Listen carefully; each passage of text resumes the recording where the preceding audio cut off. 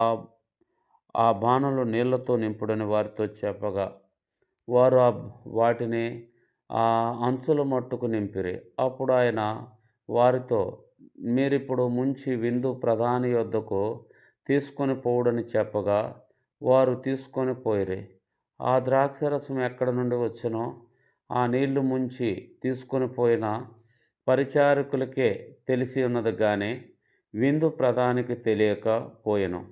గనుక ద్రాక్షారసము ఆ నీళ్లు రుచి చూసినప్పుడు ఆ విందు ప్రధాని పెళ్లి కుమారుని పిలిచి, ప్రతివాడును మొదట మంచి ద్రాక్షారసం పోసి, జనులు మత్తుగా ఉన్నప్పుడు జబ్బురసం పోయును.